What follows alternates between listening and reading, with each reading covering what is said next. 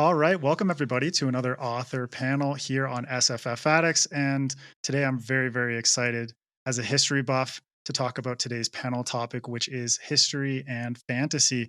I've long loved history, burying my face in books and encyclopedias as a kid, growing up and watching documentaries, listening to podcasts, and just being fascinated when two loves like history and fantasy unite, which is why I'm so honored to have such an esteemed panel of talented authors with me today, all of whom have incorporated history into their work in unique and exciting ways.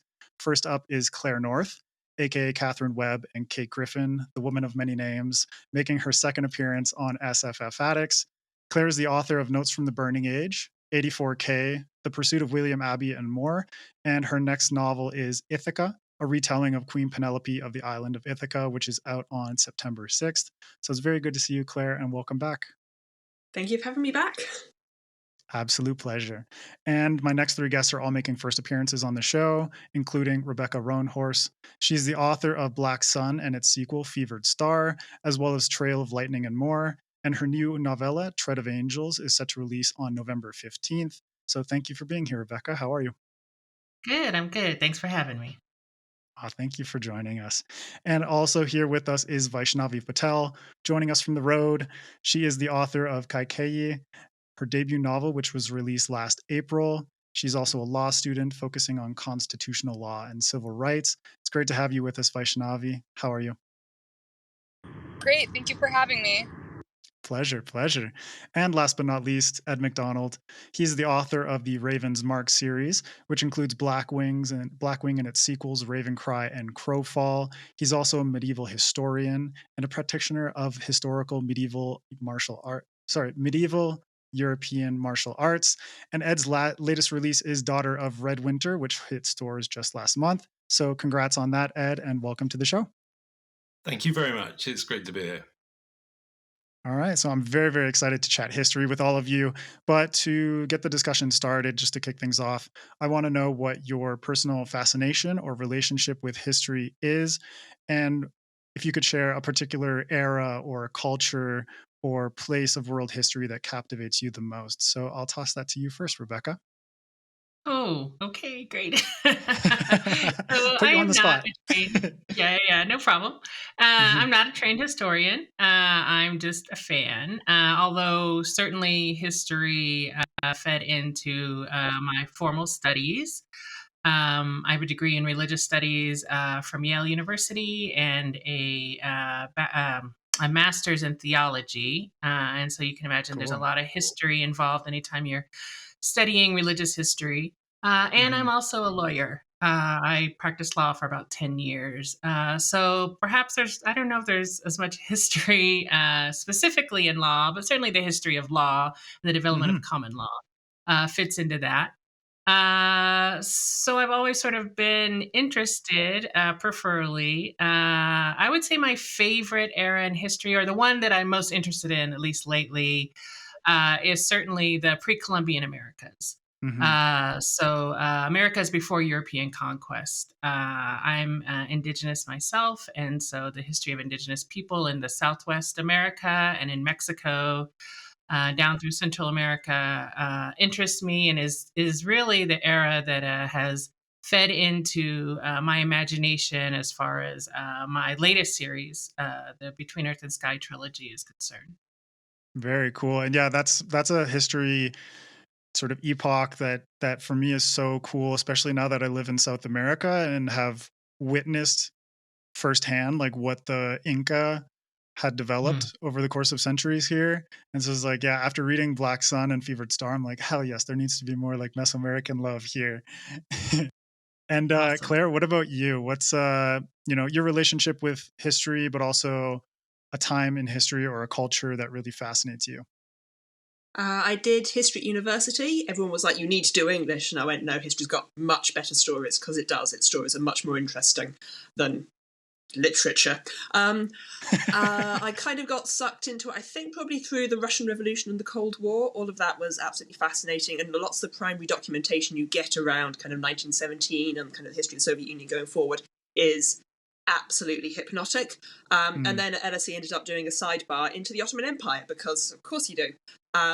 unfortunately, to be an early modernist, you need to speak English, French, Latin, kind of formal Persian, Turkish, German. So I was never going to be good at that, but I have still a very fond affection for all of Ottoman history. Yeah, very cool. And you ended up going into theater, which obviously involves some history in there as well. Less than you'd imagine, but let's pretend for the sake of our egos that yes, I feel the passion of the journey every time I turn on a light. Just to stroke Adrian's ego, it's like, yeah, there's history in theater. Okay, okay. And Vaishnavi, what about you? Your relationship with history, as well as some aspect of world history that fascinates you? Yeah, so I mean, I've always been a nerd. So growing up, like, just loved reading history books, like, to the bewilderment of my parents. But I'd say that, so the period of time that I've been writing about is sort of ancient, like 2000 BCE to 0 CE, India, and that really started for me when I was 11, and my parents took me to London, and we went to the British Museum, and it was the first time I had ever seen my mom cry because she was so upset that all of these items that belonged in her homeland were here, and so much had been stolen and taken from the country by colonialism, and so much history had been lost. And so I became very interested in this period and sort of the way that we've sort of been fed a very homogenous version of ancient Indian history that was sort of developed over the past 200 years by people who weren't even from India, and that's kind of stuck. And so I became very fascinated with all of these other roads not taken, or even roads that were taken and just never documented, and then we're told that they were actually wrong. And so that's sort of where that fascination has come from. Yeah, and at the same time, I mean, you brought up a very interesting point, which is the fact that due to colonialism, there's so much history that has been appropriated and taken across the world to, cultural centers like, London, for instance. And now we're starting to see in our current time the return of a lot of these objects to the countries of their origin, with like the Benin bronzes going back to, I believe it's Nigeria. A lot of these countries that have claim to their own history, but that history has been, taken from them. And now we're at a time where a lot of these artifacts and objects of cultural importance are finally making it home. And then those people can reclaim their history. And, like you said, Vaishnavi, um, the people who actually are from that country can finally tell the story of the objects that are part of their own history, as opposed to like, some white professor over in London telling people at the Royal Museum like this is the history of this other country, despite the colonial narratives that have repurposed it. And that's something we'll get into a little bit later. But Ed, I'll toss it to you in terms of your relationship with history. So I started out as an ancient historian. I shouldn't have been. I chose ancient history because when I came to be a student at the time, medieval history was going through a phase where the idea of studying the things I wanted to study, which were to do with fighting and war and politics, was suddenly very out of fashion. It was all social and cultural history, which wasn't what I was interested in. I've always been interested in sort of primitive military history spanning from the ancient world, but my real focus is actually Anglo-Saxon Britain. And that's what I ended up doing my master's degree thesis on at the University of London. And obviously I've gone on from there to, I was doing the sort of fencing you'd see at the Olympics, and I wanted to do sword fighting. And whilst that Olympic fencing is amazing for replicating small sword combat, small sword is a very specific thing. And I got involved in historical European martial arts. This is where we take the treaties that were written from 1290 onwards. Our earliest one is the 1.33 manuscript, which is in Leeds Armoury in the UK. And these are books that teach us how to usually they're teaching us how to prepare for a judicial duel, and how to fight someone in these situations, or if you're just a duelist. So I wanted to learn it. So, thankfully other people translate them out of High German and medieval French, and then we try and learn what there is to it. So my answer is a little less refined. It's just that I wanted to hit people with swords since I was about 4. Just young Ed. You definitely could have to used fight. more duels in law school. Yeah. Actually, I think there's a series by Adrian Tchaikovsky.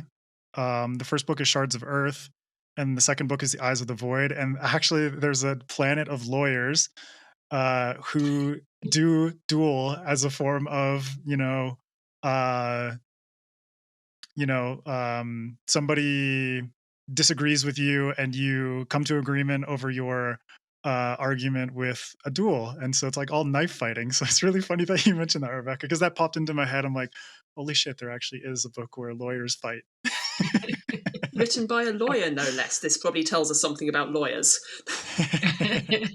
Absolutely. Yeah. And Claire, I'll toss this back to you. From your perspective, why do history and fantasy play so well together? And then on top of that, in your case in particular, how does something like mythology or religion play into that? Off the top of my head, and I really hope we demolish this hypothesis by the time we're done, because it is off the top of my head, I think there's possibly 2 aspects to it. The first is a very lazy part, which is that history arguably is already a very well-constructed world in which we can then go play. One of the challenges of writing any imaginative work is creating a convincing and meaningful work, and you take inspiration from wherever you can. History is already a very well-studied tapestry from which you can then go in and magpie pick all sorts of bits and bobs.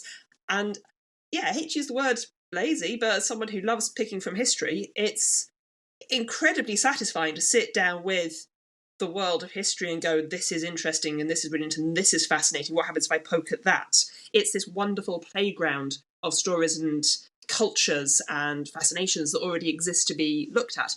I think the other part of it is that historically, fantasy has in many ways been humanity's oldest form of storytelling. We've been telling tales of wonder since Gilgamesh. We've been telling tales of kind of mystery and high imagination since, kind of even the earliest kind of Indian stories, like kind of the dawn of kind of the Bhagavad Gitas and all of that. And so in many ways, we're as a species, I think, already quite well geared to enmesh the imagination in our world and to kind of look at our world in an imaginative way. But given how much of our storytelling has been imaginated in a historical context, I think it kind of makes sense that we're still doing that we're still looking at the history, not just of the world, but the history of storytelling and the part that fantasy has played in that and sort of smashing them together like an old cake. I suspect it's much richer and more complicated than that, but that's my opening bit. I appreciate that you use the analogy of a cake, Claire. That's very poignant. But I like what you mentioned about analogy, but you know what I mean. A historical cake. Just smash it all together.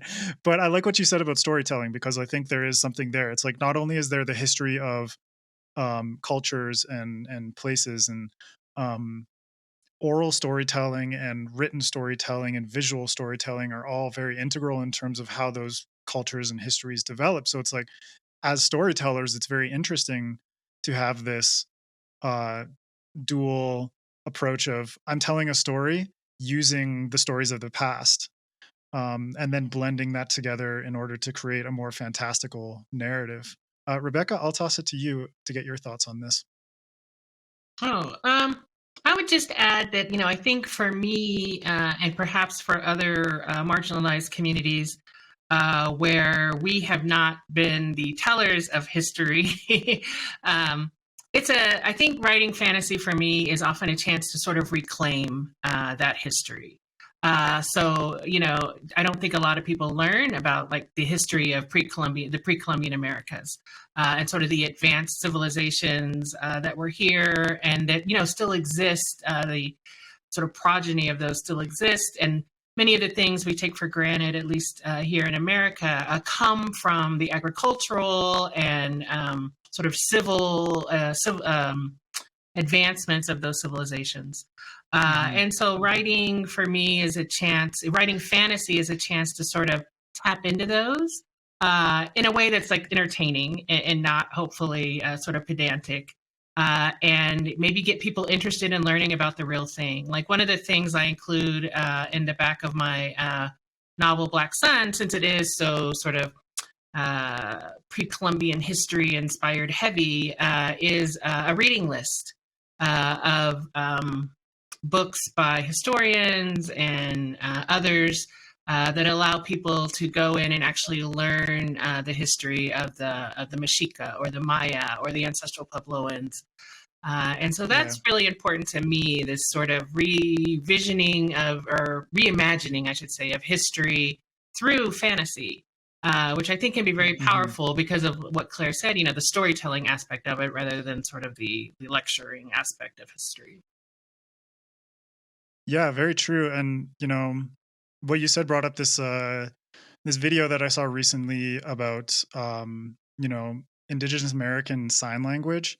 And for me personally, it's like I grew up with sign language. Both my parents are deaf, so I can speak ASL fluently. But something I didn't realize is that so much of what modern American Sign Language is based on comes from indigenous cultures and the sign language that they used with each other in everyday life, but also on the battlefield as a way of silently attacking your foes and being able to communicate just through visual. So all these different things. And it's like, you're right, there is this reclamation aspect to it that is really important. And I think fantasy is a good vehicle for people of marginalized backgrounds to be able to say like, hey, the things that you take for granted today, our history is united in the sense that all these different interstices pieced together over centuries make up the modern fabric of Right. America or England or whatever country there is. And fantasy is a really amazing way to highlight that. Absolutely. Yeah. Ed, what's your take? Okay, so like a sticking out sore thumb maybe. I am obviously a white British man, and is there anyone whose story needs less telling than mine? Is there a better documented, long history that's been done over and over, particularly in fantasy, than that? So I think that's really interesting what Rebecca's saying there, because it actually throws up a really interesting contrast between the different purposes you can have. There's no value to me trying to retell the War of the Roses Sorry, George. or similar. It's all been done so many times. What I try and do with my writing, I use history as a backdrop, but I use it quite the opposite way. I'm not trying to show new things. I'm using history as what's familiar, because I want to explore some aspect of fantasy, something which is out there and not known to us and is different. And therefore, for me, Daughter of Redwinter is a kind of pseudo Scottish medieval backdrop to events, which I want the reader to feel that these clan names, these rolling moorlands and wilderness, I want the reader to find those familiar, because they, for me, are the grounding point from which then all the crazy magic stuff that's going to happen is the bit that I'm trying to focus on. So rather than trying to show the reader something that history has missed, I think I'm using history in order to be the comfort food, so that when the spice comes in, it's a little it's different. And I always say that fantasy is at its best. Fantasy explores modern day real world issues, and it does so by isolating them from the rest of modern day society. So, for instance, in one of the themes in the Red Winter is the idea of men who are incels, and they've always existed in one form or another throughout history. It's just we have a word for them now. Yeah. But I isolate that through the familiar, if that makes sense. So yeah, it's an altogether different approach. But honestly, no one needs to hear the history of medieval England yet again. But I think you're playing with you're playing with that. I don't even know if I would call like English history like a trope in fantasy at this point, because it's just so well tread in terms of historical ground. But I think the way that you approach it is really cool, because you're playing with something that's familiar, but you're approaching it from the perspective of like, how can I make this fresh and interesting, but also reflective of what we're experiencing today, and concepts that we're aware of today that weren't really existing back then, right? I think that's what every fantasy author who really wants to say something is doing in one form or another. We may be writing about history or historically themed ideas, but people are people. Yeah. And they've been weird in the past, but they were still people. I think humans today are even weird too. And Vaishnavi, what's your approach in terms of, the ways in which fantasy and history play so well together? Yeah, so for me, I'm approaching my writing talking about religious ethics of a religion that's still practiced today. And Hmm. so um, for me, I'm approaching something that some of the world would view as purely fantastical, talking about demons and gods and their great battles, but another portion of the world viewed as pure history. Like it definitely Exactly. happened exactly like that. And so for me, writing what to me kind of feels like historical fantasy and sort of blending the two is my way of sort of reconciling these elements that are possibly not historical and yet are believed to be. And it just raises a real question for me of how much of history is belief and how much of history is fact. I mean, we never actually know for sure that things that happened the way that they did in history. I mean, that's why we see so many battles over exactly what happened. You can't say for sure. So, at some degree, we all believe that history happened the way that we think it did. And so, even our beliefs about how history happened in certain ways are people's fantasy. And so, for me, that's something that I end up thinking about a lot. I also think that what Rebecca said about using that history as a way of reclaiming some of that history, and as an entry point and including resources for people who are interested in that time period are all definitely things that I resonate with, and I think Rebecca does much, much better. So I'll just add my little religion belief part to this. No, I mean, it's really good, and we will touch on that a little bit more. Also, Rebecca, I think that's awesome. I love it when fiction authors put resources in their works. It's like some people might approach it from the fact of like, oh fuck, like more homework or something like that. But for me, it's like, if I made it to the end of that book and I loved it, I want to see what inspired or what influenced this book. In which case, those resources is just a further window into something that will, from the fact that I enjoyed a book, probably fascinate me just as much. And so it's like I really want more authors to do that. So if any author out there is listening and is incorporating history into their work, or even if they have resources that come from other places, I recently spoke to Sam J. Miller, and he included in his acknowledgments a lot of the resources in his new novella, Kid Wolf and Kraken Boy, which includes like boxing and tattoos and queer history of New York and stuff like that. So I'm like, awesome, just like show us what inspired you, because that's the kind of stuff that will likely inspire other people to spark an idea, write something themselves, and just kind of carry the torch in a way. So thank you for that, Rebecca. Oh, you're welcome. And just continuing the conversation, we've all talked about the sort of interplay of history and fantasy, but for you as a writer approaching a project, I'll give this to you first, Rebecca. Why was history, or in your case, Mesoamerica, why was something that you wanted to integrate into these fictional stories? Oh, because we don't see enough of it, if any of it. I mean, as we've sort of said in this group, it seems that epic fantasy is centered around the European continent, and specifically uh, English history. It seems is the biggest sort of influencer or inspiration.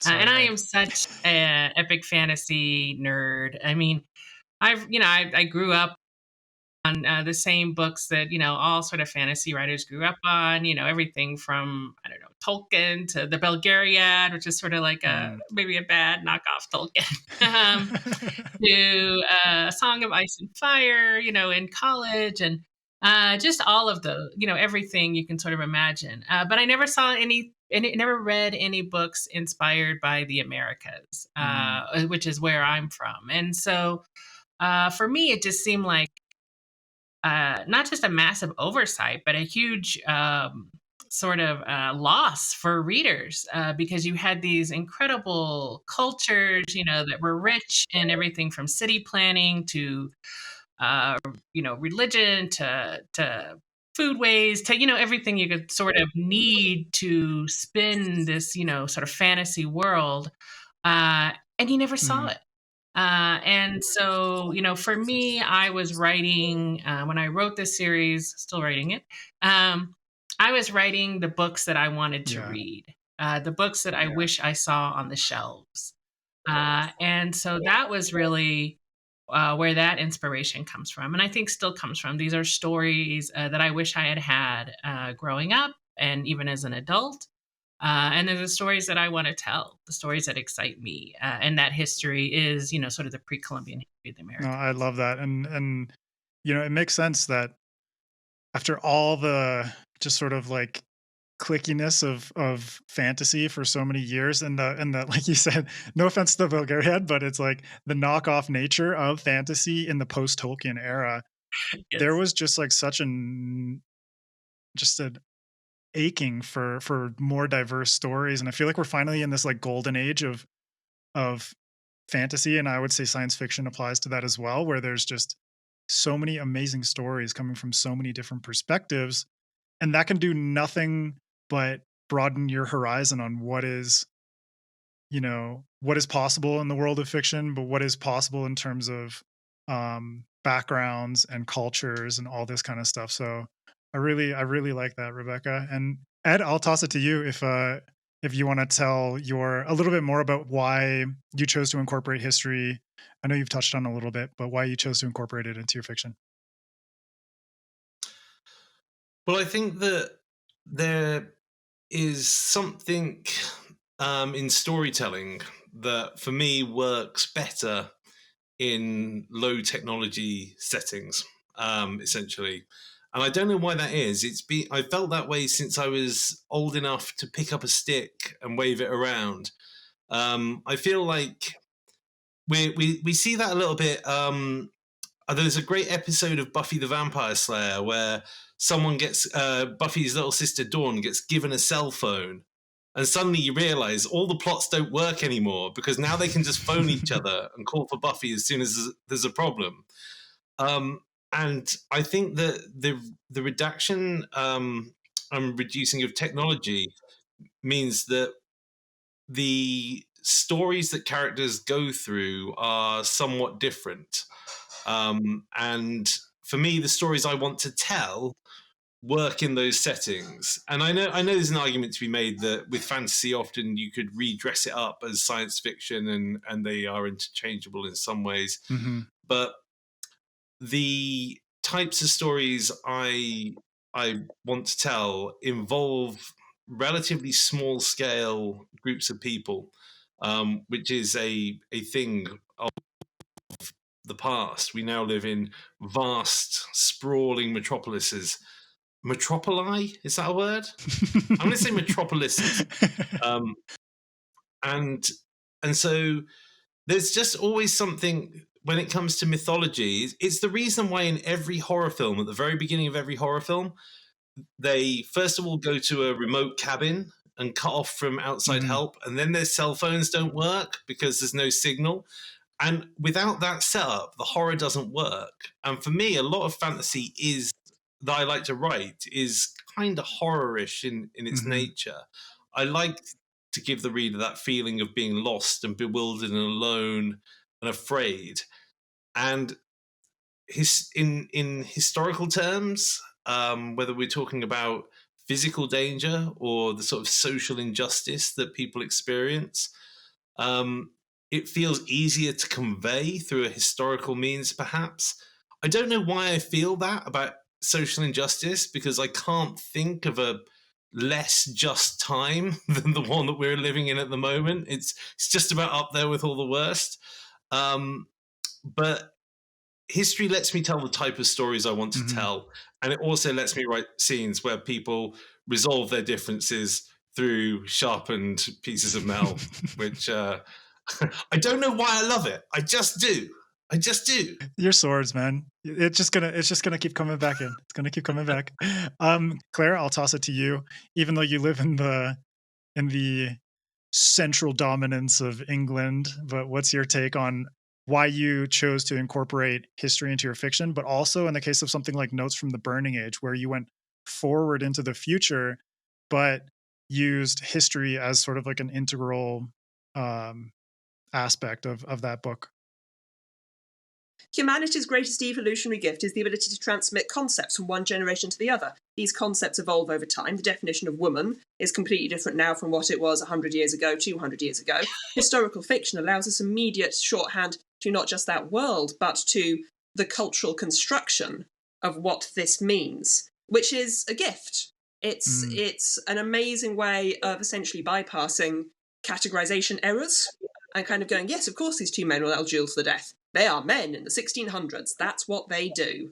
And so it's not that people have ever been weird or different. It's that as a species, our concepts evolve. And I think that's what makes history as well absolutely fascinating, because by poking at the concepts we have had of what it is to be human, and poking at the concepts we've had of how stories are told and how they were told in the past, you get to hold quite a good mirror up to the concepts we now live by today. And I think this is also very important when you look at the recontextualization of history and the decolonization of history, in as much as it's vitally important the British Museum gives back artifacts to India ASAP, because we need to get over that bullshit as quickly as possible.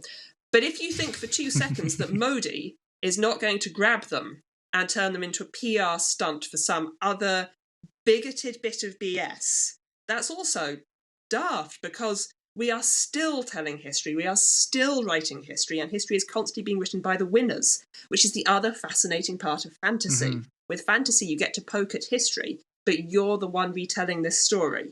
And that makes any historical fantasy very much about the present, whether you mean it to be or not. Yeah, I like that. Screw the internet. I'm glad you got back in here with that. I'm done. Oh, rant over.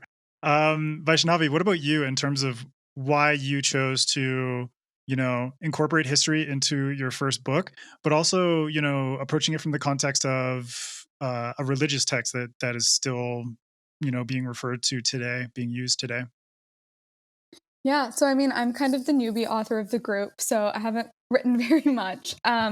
But I sort of wanted to write this book in particular, what Gaikai became, because I've always sort of been intrigued by debates about her character in history and what place her character should have in history. And I mean, Claire talked about Modi, but under the recent sort of political climate of India, we've gotten a very particular version of the Ramayana, which is one of the great Hindu epics, to sort of portray a very skewed version of Indian history and to try to further this narrative of India being for a specific group of privileged people.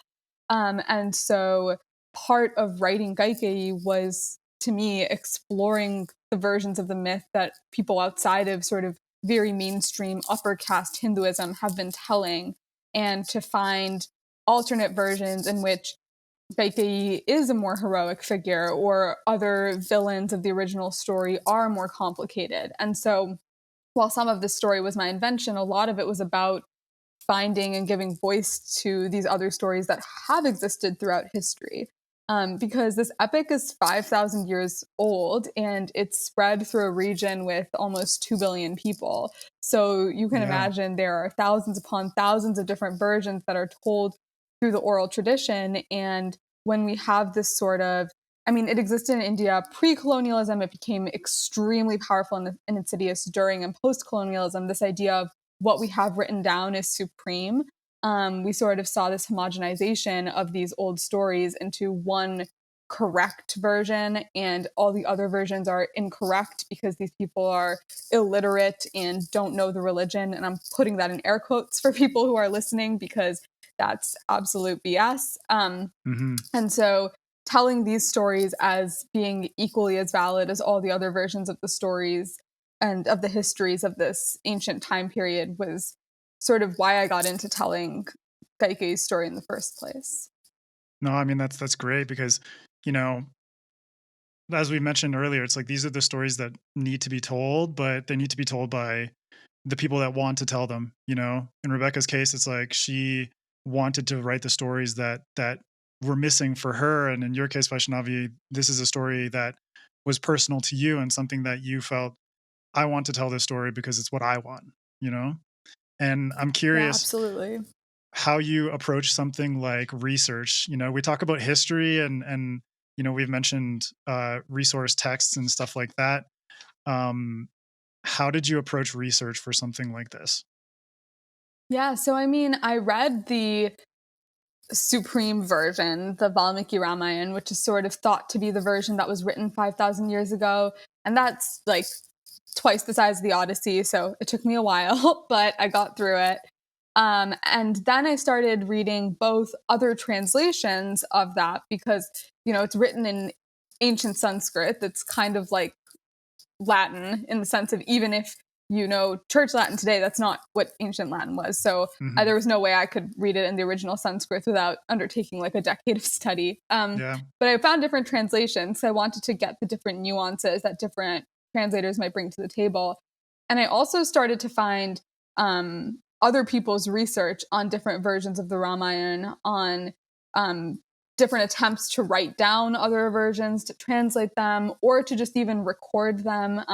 There's like oral archives that you can find of people retelling these stories. Nice. Um, and so to just sort of sift through as many alternate versions as I could and to read other people's scholarship on what that meant and what it was trying to say about the Ramayana. Because as much as I sort of formed my own opinions of the story and as much as I, you know, thought about the themes and what I wanted to take away from it, I'm not so naive as to think that nobody has tread this ground before, even if they've never gotten the kind of platform that I got when writing this book. So I wanted to make sure that I wasn't like claiming ideas that had already been found and retread as my own. And so I did a lot of research, talking to scholars from the region as much as I could during the pandemic, and just sort of I did a ton of research before, and then as I wrote and revised, I just continued to try to find more sources and versions. And even today, I like get readers who come to me and are like, did you hear of this version? This is what I heard growing up." And it's like, it's so fascinating because it turns out that every family like tree has their own kind of different version of the story. Mm. Even parts that I heard growing up, I could find nowhere else in Yeah. the canon. So I don't think that I'll ever have a grasp on all the versions of the Ramayana, but I tried to find as many as I could. Yeah, that's crazy because that, you know, as we mentioned earlier, it kind of plays into this notion of the like importance of things like oral and visual storytelling throughout history. And it's like this, the Ramayana has so much variation just because of the way it was transmitted orally from grandparent to child or grandchild or what have you, and then generation through generation. And then it's like you end up getting how many different versions of it that are sort of built on the foundation of this primary idea. But then you know, I think it's good that you've accepted that it's like I can't tell the definitive version. I just kind of have to take it in my own direction based on research and all these different sources and everything like that. And Claire, I will toss the same question to you: how you approach something as tasking as research. It very much depends on the story and on what the purpose is. One of the perks I think we have as historical fantasy writers is we are allowed to get away with things that straight up historical writers can't. We are just allowed to muck around with things because worst case scenario, in a very snobby way, we're described as speculative, and best case scenario, we're just having a lot of fun with it. So I do the research. I want to make sure I'm not breaking that fourth wall with people going, this is clearly wrong and bad. You want to keep people immersed in the story. But the research is not the point. Certainly when I write most historical fiction, it's not the actual point of the story. If it was the point of the story, I would be doing a PhD doctorate, or I would be writing an article, or I'd be a historical fiction writer. And I'm very specifically a historical fantasy writer.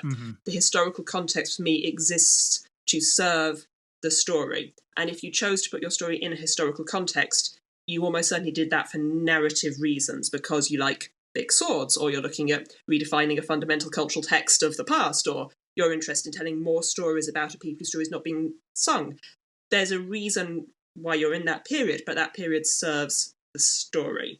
And so in that sense, I'm not too concerned about getting overly drowned in research. There's also the thing that sometimes research, there can be a danger not only that you let it overwhelm the narrative, but also there are things that happened in history that people just find hard to process. Samuel Pepys drinking orange juice in the 1670s. People are like, oh no, that can't have happened. And it did. Italy not being able to produce enough pasta in the 1930s because Mussolini was so obsessed with growing grain, he failed to grow enough actual durum wheat to make pasta. Like, there's so much stuff in history that if you put it in a book, you'll get an editorial note going, that doesn't make sense, that's jarring. But it's true! It's true! And so you're always walking, I think, this fine line between nailing the research, but also going, I am not actually Hilary Mantel. I am not, this is not the purpose of my operation. Like, the purpose of my operation is this story that is served by historical context, but is not bound to it in quite the same way it would be if I was a historian doing this in a rough. Yeah, I like that. And it's like, you know, maybe one day we'll see a Claire North JSTOR article or something like that. For now, it's like I'm glad that you take that approach, because it's like, yeah, from the perspective of narrative storytelling, there is so much information that you can just get lost in the weeds, and everything just becomes a bit of a mess. Ed, I'll get your perspective on this, but also, since you love it so much, how do you incorporate your sword fighting training and knowledge about that into your stories, as well as doing research for other aspects? Well, following on from what Claire was saying about like these things you discover in history that seem unbelievable, I was quite unrelated. I was looking up the history of high heel shoes, and it turns out that high heels were first worn by Persian horse archers. And the point of the high heel is when your foot is in the stirrup, it's hooked in, so you can stand more easily. So the high heel is a military invention. So Interesting. I've just finished writing a book, and I've given my protagonist high-heeled shoes because as part of a full suit of armor, because she's a horse archer. And then I thought to myself, but can I put this in? Like, will people think, no. You know, like this is like the chainmail bikini, isn't it? This is high-heeled shoes for women in armor. And I thought, but I want to put it in because it was real. Yeah. But I also appreciate that actually it just seems absurdist to suddenly have like all the cavalry are wearing like 6-inch stacked, like not stilettos. We're talking about like stacked heels. Medieval stilettos. And sometimes you just come across these amazing little bits of history, which they seem too far-fetched to be true. They seem like fantasy. I think I was reading about, I can't remember off the top of my head if it's the year 536 or 538, the worst year to be alive as a human in the history of the world, where something like 50% of the world's population died. A volcano threw ash all across basically the globe was covered in fog, causing mass famine and starvation. And millions of people died, far worse than the Black Death, far worse. And this is something we don't remember, but it's recorded in texts across multiple cultures and multiple regions. But isn't that the plot of like a Brandon Sanderson novel? Of Mistborn. Isn't that like what Mistborn is all about? Like, what if the world's covered in ash? And so sometimes you just get these fascinating, like stranger than truth, just little snippets of history that we don't have in our common sort of modern history knowledge. And I suppose, like for me, in terms of like, I feel I've pigeonholed myself, sort of intentionally when I started as an author, and now I'm stuck with it. If I don't write historically accurate sword fights in my books, people are going to get like, my readers are going to be mad. So sometimes I want my characters to be able to do sort of like crazy cinematic daft things, and I think you just can't jump that high, can you? Or like doing a forward roll here would be just like the stupidest thing. Like, can you imagine like being in a fight and you decide to start doing forward rolls on the floor? Like, what kind of fight is that? That doesn't make any sense. So I know I've rambled because I was too interested in Claire's answer. It's okay. The weirdness of the weird things that we find in history. But I suppose in terms of why I like writing about things which, and everything I write is inspired, like there's historic inspirations. I don't write our world. I always write a secondary world. But part of the fun is in doing the research, you come across like this crazy nuts stuff and think, I just want to tell everyone about it. I want someone to know that, and for them to feel like it's part of the existence of the world. And that's maybe a weird thing to want to do in a fantasy book where we're telling complete lies, about the nature of existence.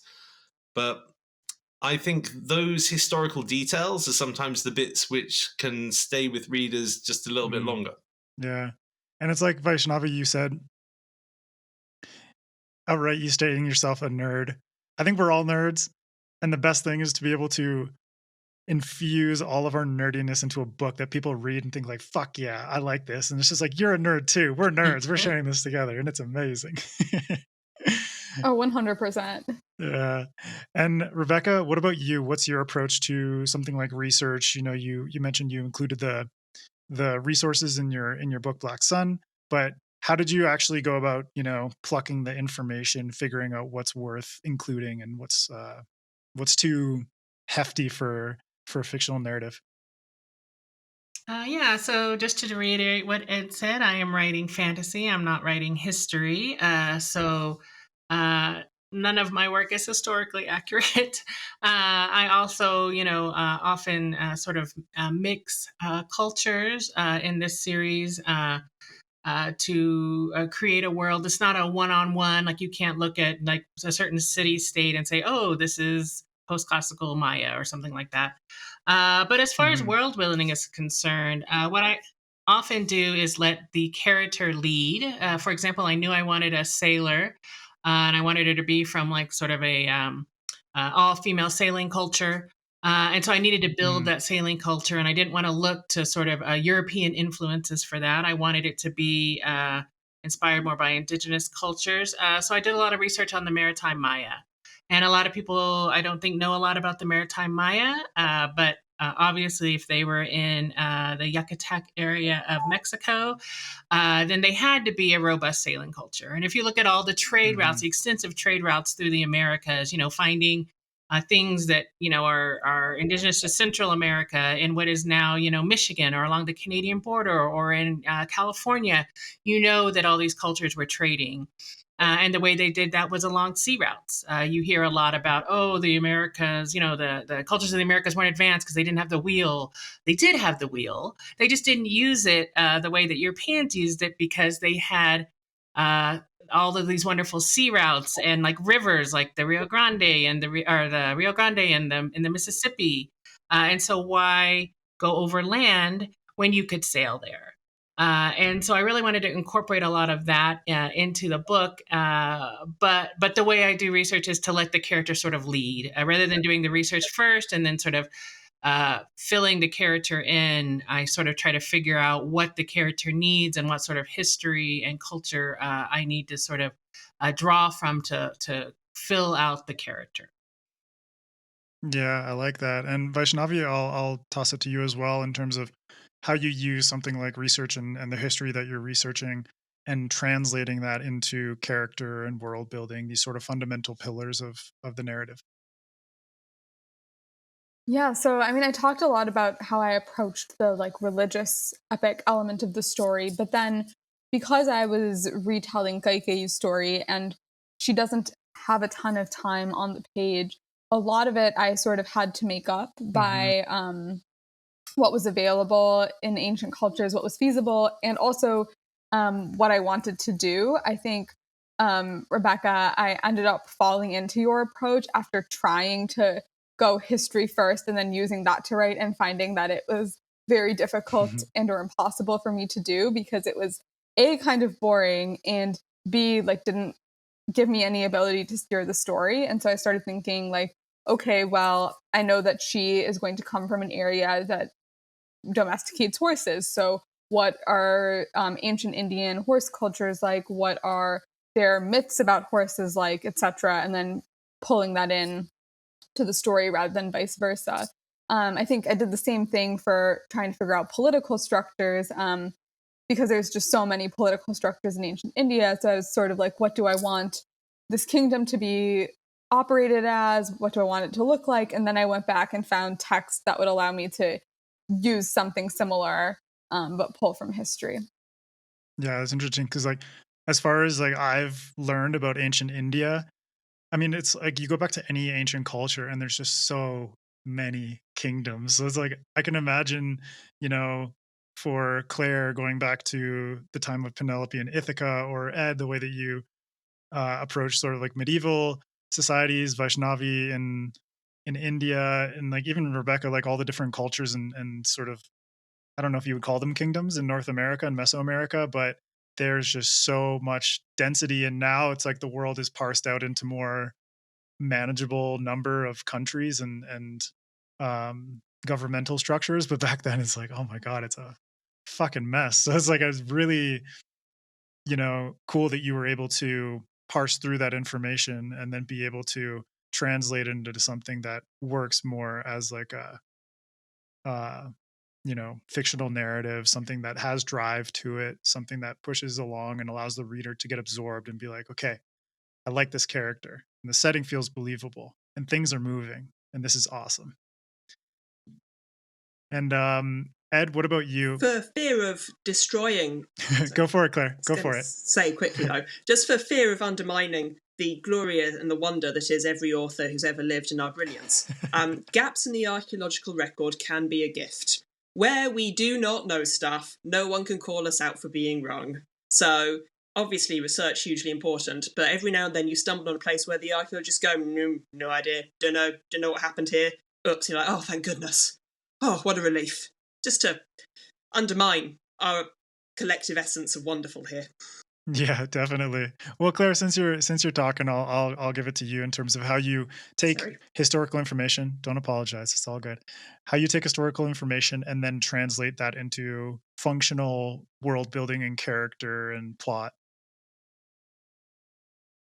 For me, it depends on what the plot is, what needs to be served. So, for example, Penelope and Ithaca, the story I'm interested in is how do you rule a country when people say you're not allowed to? It's essentially the same problem Elizabeth I had. Like, she's not really allowed to be a queen. She has to be a king. She's not really allowed to be a king. She can't marry anyone. She can't not marry anyone. The history just serves the central tenet of what that problem is. Similar with other historical stuff. Pursuit of William Abbey was 1890s to the end to World War One, simply because I needed to find a time period where essentially travel was fast enough and unified enough that you could move great distances at reasonable speed, except for when you couldn't. The history, for me, served the plot, and it's about, I think for me, it's a question of not putting your story in a place you're not confident doing it. I would not feel confident writing a story set in the Enlightenment of the early 1700s with people talking about philosophy. I would screw it up. There's the other great part of this moral. Don't screw it up, guys. Yes, we're grateful for the gap in the archaeological record, but if you're approaching a historical narrative, you owe it to the story you're telling and to the people who are going to read it not to screw it up. And certainly fantasy, I think we've said correctly in this panel, has a lot of Tolkien-esque Wars of the Roses vibes, men with great swords talking like this. But there has been a trend recently, and it's a glorious and wonderful trend, to looking at other settings and other histories. I shout out to Tasha Suri and basically everything she's done, which is looking at fantasy through the lens of Mughal India. And if you're going to do that, it is also about doing the research and not screwing it up. That's the golden objective. Don't trample on stories, particularly if they're not yours and particularly if they haven't been told well. I think that should be the first do no harm rule of any fiction, historical fantasy or historical or either.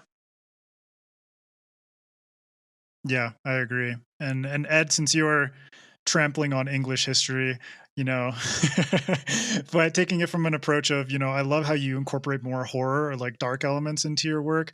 I think that's what sets it apart from something that's a little bit more typical. And you also have awesome tattoo stuff going on in your stories. And as a former tattoo artist, it's like, I just wish all of this was oozing with magic. But how do you, hell yeah, how do you take the research that you've done and then put that into a world that feels believable but also unique, and then characters and plot that sort of drive through that? So I perhaps have a slightly different approach to using history in my writing than because of the nature of the stories I write. I just have it all in my head, and for me, the history I use is kind of an amalgamation of things I've learned through my life, whether that be studying a degree or documentaries, reading books, training, whatever it may be. And I don't aim to recreate a particular time period terribly accurately. I very much pick and choose the bits that I like and think are useful. And I think in part I can do that because I'm not trying to represent any specific culture most of the time. Because I think actually, like as I said before, another rewrite of the 100 Years' War between England and France isn't really giving anybody anything they haven't seen before. I definitely went for a medieval Scottish theme for Daughter of Redwinter. I suppose I could have created a setting that felt historical to a large number of other different time periods. But I think as Claire was saying, being consistent, and if you're going to adopt a particular time period as your setting, you do owe it to the reader to be as plausible about that as you can. But at the same time, I also think that we get to discard the parts as fantasy writers. We get to discard the parts of history that we don't want or that don't serve the purpose of the narrative, and that's the difference between fantasy writing and historical fiction writing. I don't want to include certain aspects of historical reality. So, for instance, in the Raven's Mark books, I have a character called Prince Hirono. And what I wanted to evoke was the idea of a Machiavellian Italianate prince. But Hirono is female. But if I call Prince Hirono Princess Hirono, our lexicon, the way that we say that word, doesn't give the right impression at all. So it's easy just to say, rather than to have to in a convoluted way explain that princesses and princes hold the same conceptual power, Hirono is just Prince Hirono, and princes are women in that world. Therefore, and originally Prince Hirono was a male character, but it became very evident to me while I was writing the character how much she wasn't. And so she was much more interesting the moment I switched her. So we get to pick and choose. And the bits that I research where it didn't serve the purpose of the story, because ultimately these are books. They are about compelling stories that emotionally engage the reader with the struggles of the character. As fantasy writers, we do get to ditch the parts that we don't feel are useful to the story. I think for an author like me who is writing a country world, we get to do that with kind of liberty, because it's not meant to be medieval Scotland or medieval Germany or Italy. Exactly. But I suspect some of our other panelists, perhaps that wouldn't work quite so well. And I think it varies depending on the type of story you tell. Yeah, 100%. And you brought up this really important point that kind of leads into my next question, which is sort of, when you're creating a secondary world, there's a certain amount of creative freedom you have when using history that is not as strict as something like Kaikei or Ithaca, for instance. And Rebecca, I'd like to get your thoughts on this. Like, what kind of creative freedom have you had writing the books for Between Earth and Sky, using history, but also having the flexibility of this secondary world?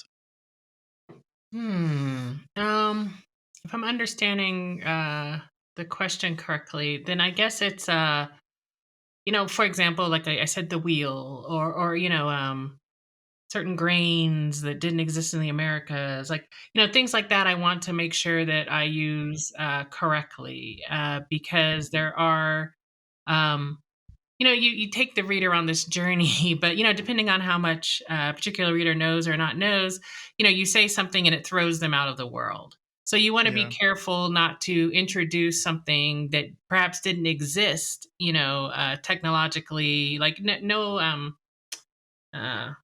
forgetting the word, but when you're out of time, when you have something out of time, I try to be careful about those sorts of things. For example, I'm a little loose with like clothing. And like Yeah. how so I stick to the materials. I'm not going to introduce a material that they might not have, or like a fabric or a weave or something. But perhaps the way that I describe what they're wearing might not be, historically, accurate, because it works for my story better to Yeah. write it the way that I want to write it. So I guess things like that. I think someone earlier had said something along, you want to capture the flavor of the world rather than the historical accuracy of the world, because I am telling a story, right? And it's about character and it's about the emotional journey, and like Ed just said. So those really have to be what's important. And then you just try not to, make a mistake where the astute reader's like, hey, they didn't have that, or hey, that's not the way that worked. Because trust me, there will be somebody who notices every single flaw in your story and then feels the need to talk about it on Goodreads.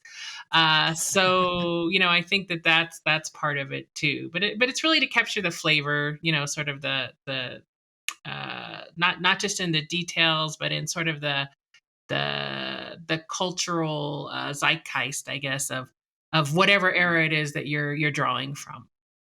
Yeah, 100%. And, on the flip side, Vaishnavi and Claire, I'm curious what kind of flexibility versus constraint.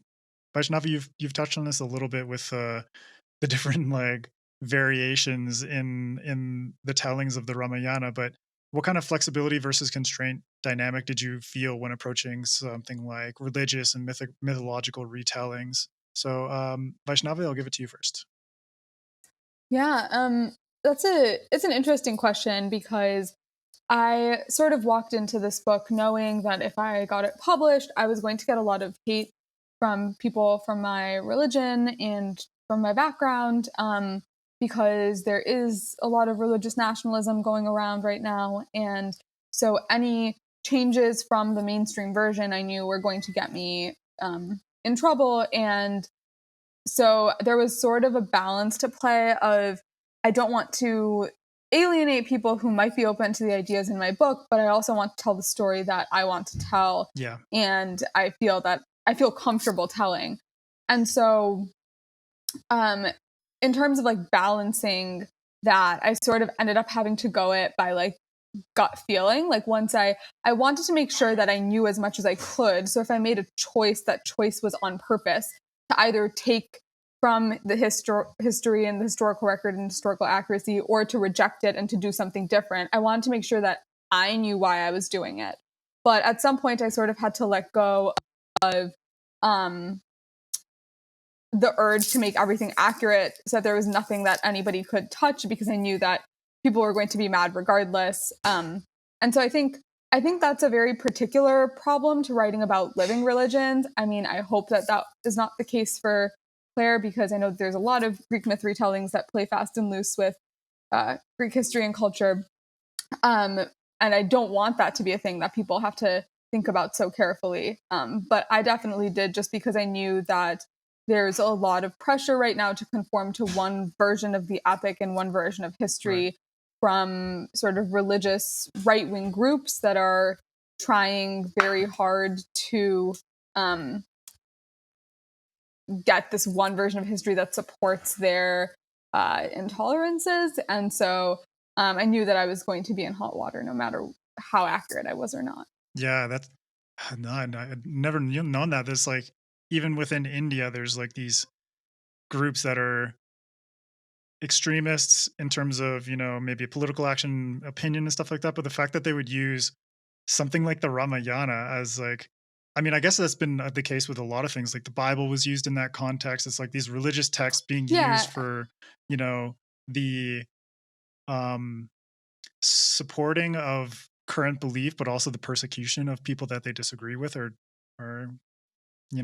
Yeah, it's not particular to India in any way, and I really don't want to make it sound like it is, because I live in the US and I lose rights every day because Christians want to like impose a specific reading of the Bible on everyone in this country that many members of their own religion don't agree with. So it's a very similar concept, and I think you see that in every major religion. In a place where that religion is the majority, you can have the rise of a sort of religious conservatism power that is doing that, and is weaponizing history and religious history in particular to support their views. Yeah. And I mean, from your perspective, now that the book is out, have you, especially from, people within India or people from within Indian heritage and background, like what kind of feedback or commentary have you gotten, knowing that there would have been pushback ahead of time?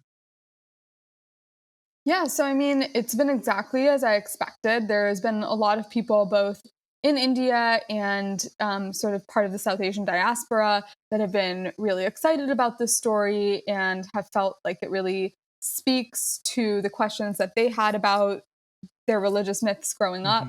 And they found it very empowering. And I've also had, I mean, I don't read my reviews, so I kind of only know, I hear from the people who are motivated enough to like come find me on social media.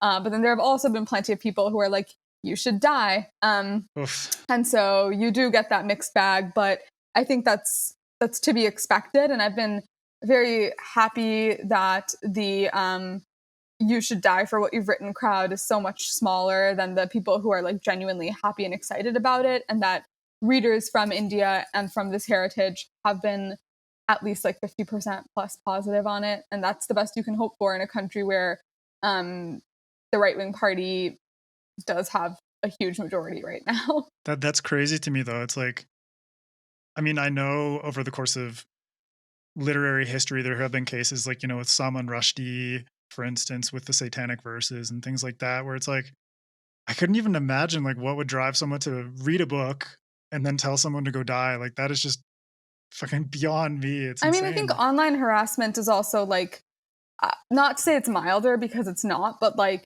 people feel very comfortable saying things on the internet that they have no intention of ever following through on. So it's like sort of, it's the mildest form of harassment that I've experienced. So it's okay. Oh, crazy. It's all good. Well, Claire, I hope you hadn't experienced anything as drastic as that. But like when it comes to Ithaca, approaching a historical text from a modern perspective, what was your take in terms of like, how am I going to approach this? What kind of flexibility do I have? What kind of constraints do I have? Because Vaishnavi mentioned that something like Greek history has a lot more um, fast and loose reinterpretations, just because it's more embedded and rooted in the past, as opposed to something like the Ramayana, which is still being used to practice religion today. So, what was your approach to that kind of stuff?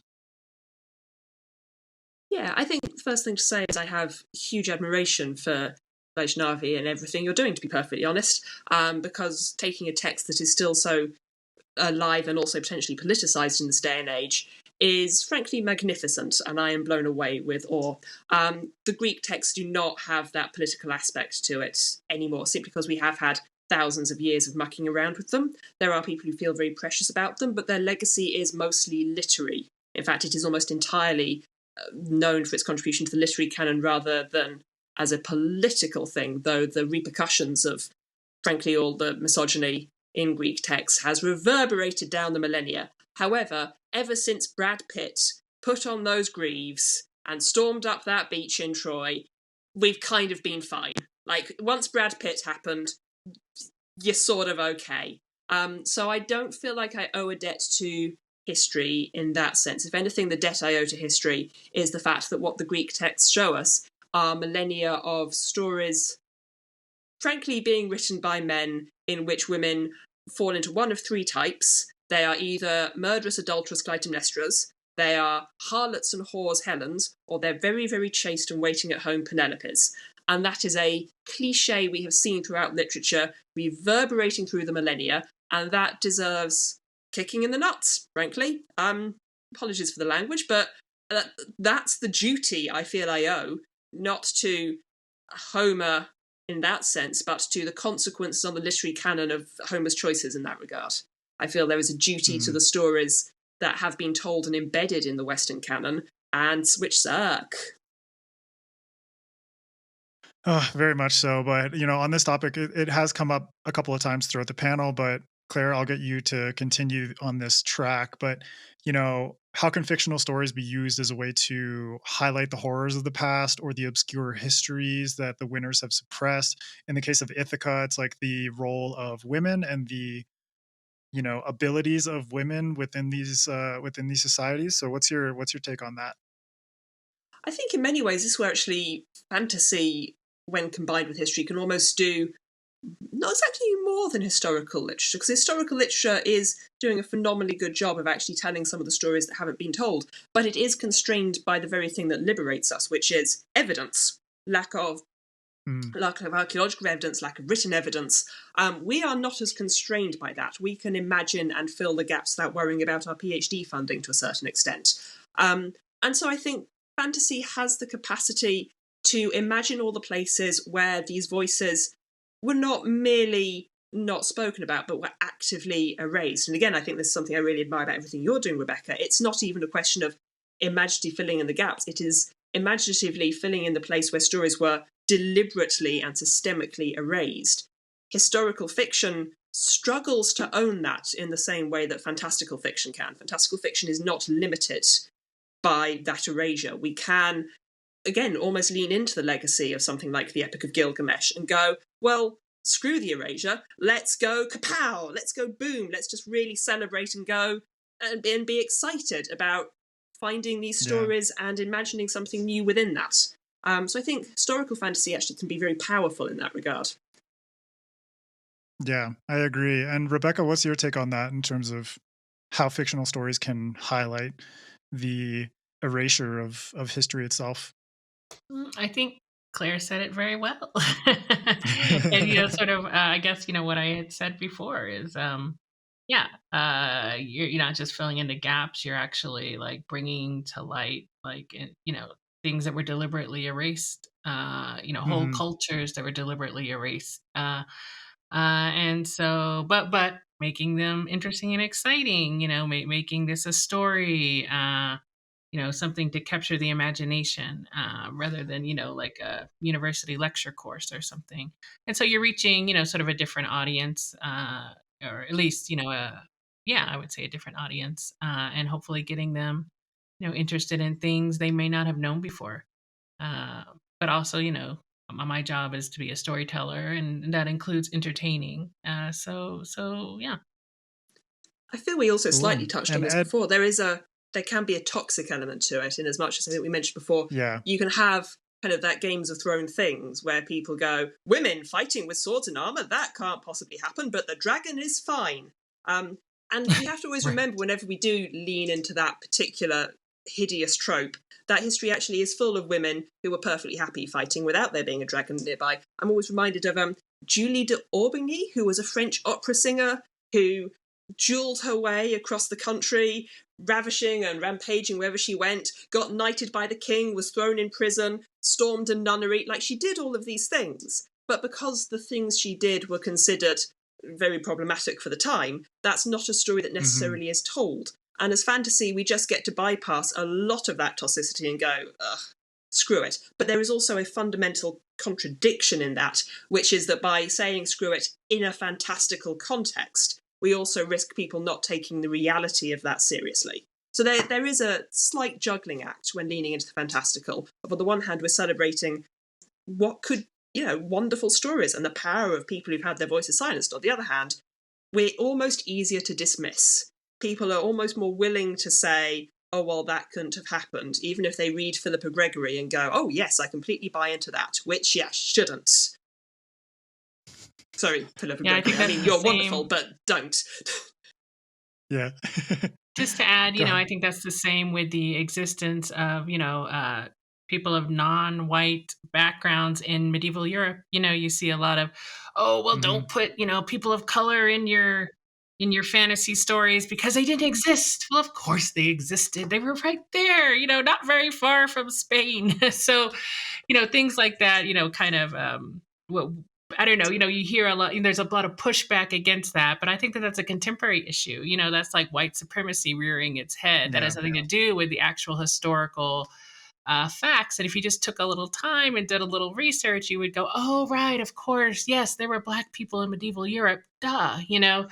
But just to speak to sort of what Claire was saying about how people can't believe that, women did shit. People of color were there too. So, yeah. I love that. Just like, yeah, of course women did shit. Of course, And how the hell did society develop? How did humanity progress to the point that it's at? And yeah, this like multiculturalism aspect of somewhere like medieval Europe. It's like you're just placing today's context and whatever the fuck belief you have onto the past, and you don't really know the full breadth of cultures that were mingling together, like the Moors in Spain, like Italy and all these different places. It's like there was so much interchange between Africa and Europe at that point. And how can you just assume like, oh, I want my every fantasy world to be like The Witcher and it's just all white people and blah blah blah blah blah. And it's like, no, there's more complexity there, and just understand that not everything has to be, your particular standard. But Ed, do you want to get in here? Yeah, just on this idea of people applying their modern day ideals of what they think the past was or should have been like is a really common thing. But something I've noticed recently. So, in my first series of books, the protagonist is a 40-year-old guy who works for fascists willingly, who tortures and murders, is disgraced for having got a lot of people killed, filled with self loathing, terrible alcoholic. And in my new book, the protagonist is a 17-year-old girl who's been suffering from an abusive relationship, who has no family and is looking for a place to call home. And which reviews do you think say unlikable protagonist? I've never seen an Uh, unlikable protagonist review in thousands of reviews for those first books. And then I've written one female character, and it's all told from her point of view.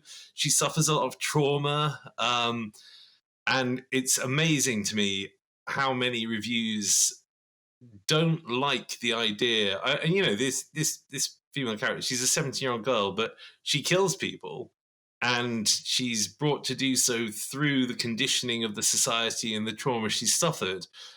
But she is judged in a completely different way. No one is looking at her thinking, but she's a woman of her time. And there are other female characters in the book who are killing people and doing terrible things. Yeah. But that is exclusively people, I believe, applying their vision of what people should be like. And I think that's the same in terms of applying an idea of what the past should have been like in order to fit a worldview that they hold. Yeah. I mean, dude, I'm sorry to hear that. That is just, it's just ridiculous because it's like, why can't a 17-year-old girl be a likable, relatable character versus a 40-year-old man? It's just like, how many 40-year-old men in your life have you met? I mean, Ed, as a as a man in your 40s, like well, I am a 40-year-old man. Exactly. So it's like from that perspective, it's like there are so many. There's like it's ridiculous to compare the two to say like, oh, a 40-year-old man's more relatable than a 17-year-old girl. It's just like, in what ways? It's not just relatable. It's not just relatable. It's likable. Yeah, exactly. And I think it comes down to that there are things that people want to believe that men do, and there are things that some people believe there are things that women should do. And they want their characters, when they read books, sometimes people want them to be templates for their own ideals. And they value aggression and violence and things like that in older male characters in a way that they find doesn't fit into their worldview. And I think the same is true when they're looking at things historically. Recently we saw that for House of the Dragon, is it? The Game of Thrones spin-off, they've said, we're not going to cut down on the sexual assault because that's a thing of its time. And it's like, dude, it's a thing of our time. But when you make a show, you don't have to put it in the show. Yeah. Like if you're making it like, you're going to have a victim-centric focused plot or survivor-focused plot rather, like, sure. But like you don't get points for saying, well, it existed in the past. But also there are dragons. Like not to score ratings. It's all a shield. It's all a shield. Dragons. Who gives a fuck about anything else? Vaishnavi, do you want to close out with your comments on what's been said?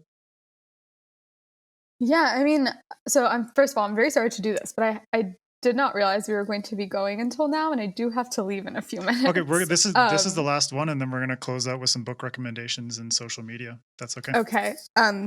If it would be okay for you to toss to me first, so I can then bop. Yep. I would appreciate that. No worries. I'm so sorry. It's okay. But I am. So I think that Claire and Rebecca said pretty much most of what I was going to say about this, which is that, women, especially in ancient epics, get such a short shrift and such little page time and line time. And so for me, a lot of this was just about imagining like, well, what if they did have an inner life that was more than just what the men in the epic were doing and following them around to dispense some sage wisdom and then leaving. Yeah. And so I think that does happen in so many epics, in Greek epics and Indian epics and in epics from around the world. And so that was sort of the main project of what I was doing. And then, as I mentioned earlier, a little bit, I also wanted to give voice and representation to people who are from these backgrounds that don't get represented in the sort of main homogenized version. Amazing. Well, thank you all so much for your input, and I've got a lot to think about, and especially as someone who is incorporating history into his own writing. But to bring this to a close, Vaishnavi, we'll start with you. If you could recommend something, book, documentary, podcast, even like a fictional story that incorporates history, something that you would like to recommend to everybody. Yeah. So A historical book that I've been reading that I absolutely love and would recommend is called Legacy of Violence by Carolyn Elkins. And it's about the latter half of the British Empire and how violence was used as a tool, but also how Operation Legacy systematically destroyed historical documents that we couldn't know the truth of what happened. So it's both about history and controlling history. And I really love that. And then I think on the fictional side, I mean, hopefully this book is already on everyone's radar, but it comes out soon, is Babel by Rebecca Kwong, which does sort of brilliantly weave history, fiction, and fantasy together, and I highly recommend it. Awesome. And Vaishnavi, where can everyone find you on social media? Yeah, you can find me at Vaishna Writes, VAISHNAWRITES on Twitter and Instagram. Awesome. Thank you. And Rebecca, what about you in terms Thank of you.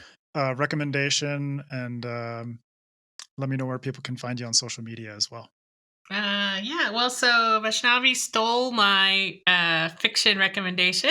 I was going to recommend Rebecca Kwong's Babel as well, which is a wonderful dive into sort of 19th century English and Chinese history, and specifically around Oxford. That comes out next month, I believe.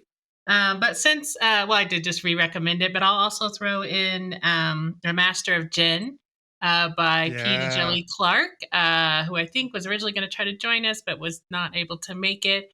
It won the Nebula, I believe, this year, and it's up for the Hugo, and it is totally deserving of every award. It is a fantastical sort of feminist retelling of 1920s Cairo with a clockwork sort of touch. Absolutely loved it. And I guess for history, I will recommend a book that look for my own series that I really loved. Let me find the title.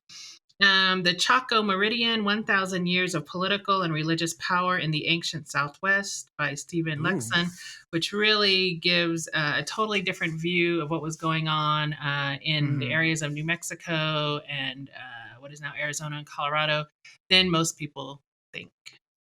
Wow, fantastic. And where can people find you on social media? At RebeccaRoanhorse.com or on Instagram these days at Rebecca Roanhorse.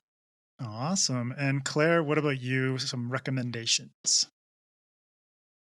It's an olden but a golden, Kindred by Octavia Butler. Does a fantastic job of many, many things, but also is a fascinating look at, again, how the past and the present look at each other differently and how they collide. Wolf Hall by Hilary Mantel is peak Tudor people in ruffs, but it's also gloriously humanizing of the past in a way that I think is great. On the factual side, there's a wonderful podcast about the history of Rome and also another series about revolutions by Mike Duncan, which will see you through the next 10 years of your listening, and it is very, very good. And if you're looking for something to read, Natasha's Dance by Orlando Figes is historiographically quite questionable on its view of the 1917 revolution, but it is a page-turning doorstop. So if you've got a lot of time on your hands, it's very interesting. And for not a page-turning doorstop, The Siege of Vienna by John Stoy is essentially just a non-stop, edge-of-your-seat page-turner of, oh my God, I can't believe what's happening next. And it's fact. They're both factual books. History is great. Amazing. Thank you. And Claire, where can people find you on social media? And Ithaca's out on September 6th, correct? I think so, yes. I'm bad at knowing these things, but I think so. I am Claire North 42 on Twitter, I think, and I think my website is clairenorth.com. Just power of Google. I'm sure I'm somewhere. Question mark, maybe? Question mark. Oh, cool. Thank you so much. And Ed, close out with you with recommendations. Okay, so you may have seen Ridley Scott's incredible film, The Last Duel. If you haven't, I strongly recommend it. But there is a book by Eric Yeager, I think it is, called The Last Duel, which is an account of the exact trial and the trial by battle that finishes the Ridley Scott film. it's a really digestible history book because it's not written like an academic history. It's written in a much more reader-friendly style. I read it when I was writing an essay about trial by combats as part of my master's degree. So I was obviously like super pumped when that movie was coming out, and I think they did an incredible job. So read the book and then watch the movie afterwards. Because actually, like I think there's some a lot of insight you can get from doing it that way around if you haven't already seen the film. For fiction, I'm gonna hark back to Kate Elliott's Crown of Stars series, which I think, although it's a fantasy world, it's kind of a portrayal of 6th, 7th century Frankish kingdoms, which is a really unused, untapped area of medieval history, I think, for European history. And Kate Elliott manages to get across the feel of what it would be like to exist in that society. Despite the fact there are sort of dragon folk people around, I felt like it's one of the best historically themed fantasies I've read. So Kate Elliott, Crown of Stars. Amazing. And where can people find you on social media, Ed? So on Twitter, you'll find me at Ed McDonald TFK. I don't remember what the TFK stands for anymore. I think it was a gamer tag from my Twitch days. Or edmcdonaldwriting.com. Amazing. Thank you. And I'll close out with my recommendations. Our Fake History podcast, fellow Canadian, makes and produces that. Absolutely awesome. He basically just goes through and busts historical myths and figures out whether they might be true or not. And it's really, really good. And then, Rebecca, you stole mine. I was going to say Master of Gin, but I'll pimp another P. Jelly Clark book and say Ring Shout, because that one is equally as fantastic. And it's quite short. I think it's like sub 200 pages, and it's beautiful, beautiful stuff. But, Claire, Rebecca, Vaishnavi, and Ed, thank you all for delving into the annals of history with me. And I really appreciate it. I'd love to see you all again sometime, but thank you again for doing this with me. Thank you for having me. Thanks. Thanks so much.